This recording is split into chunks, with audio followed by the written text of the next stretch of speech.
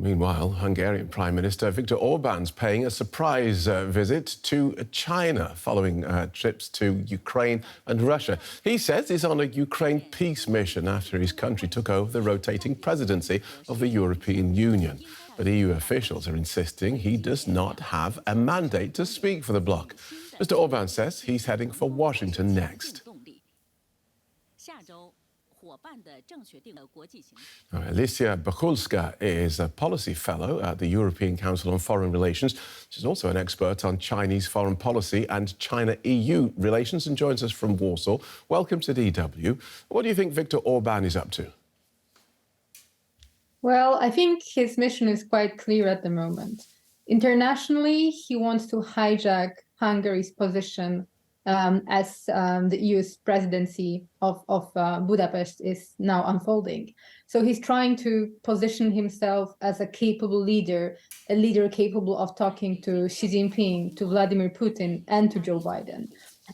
But also domestically, I think we have to understand that trip that he's making right now to China is also he's trying to basically show strength when it comes to his own position and trying to leverage the kind of dynamics that Orban has created within the EU to benefit his own gains and to advance his own interests, for example, in bilateral relationship with China.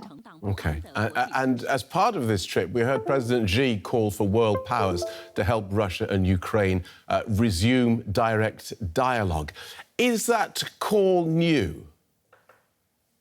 Not necessarily. So if you look at the way Beijing has been portraying itself in the past 2 years, China's position towards the war in Ukraine has been very, very consistent.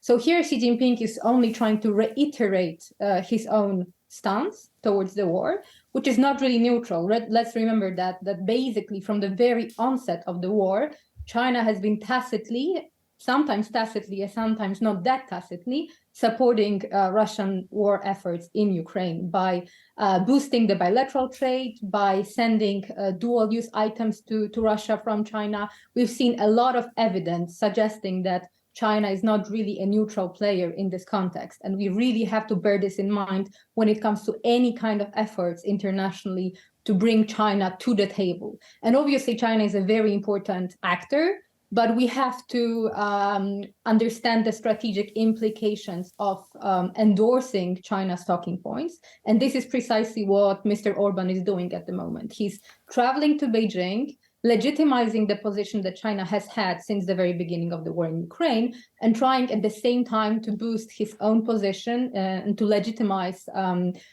his current role in the EU with Hungary's presidency in the EU. So we have to be very, very cautious and careful when assessing these kind of steps. They are not very conducive to EU unity, quite the opposite. So I wonder how, then, you view this ever-closening Sino-Russia relationship. Ultimately, it does seem to benefit China commercially and strategically, while leaving Russia able to continue its war in Ukraine, but looking very much like the junior partner in that relationship. Well, Russia does not have any other options at the table at the moment, so it has to deal with the fact that it has become a junior partner to China.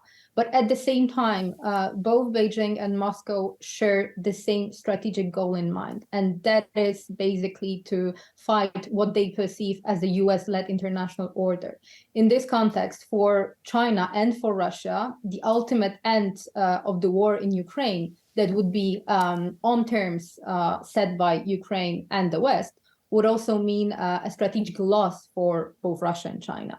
We have to understand, and I would say it again and again, that for China, the war in Ukraine is a proxy war. It is not a war of aggression of Russia against sovereign Ukrainians, but it is a war, quote unquote, provoked by NATO. And that is also a context that we have to reiterate again and again, as I said. Good talking to you. Thank you so much for talking us through that so clearly. Alicja Bachulska from the European Council on Foreign Relations. Thank you.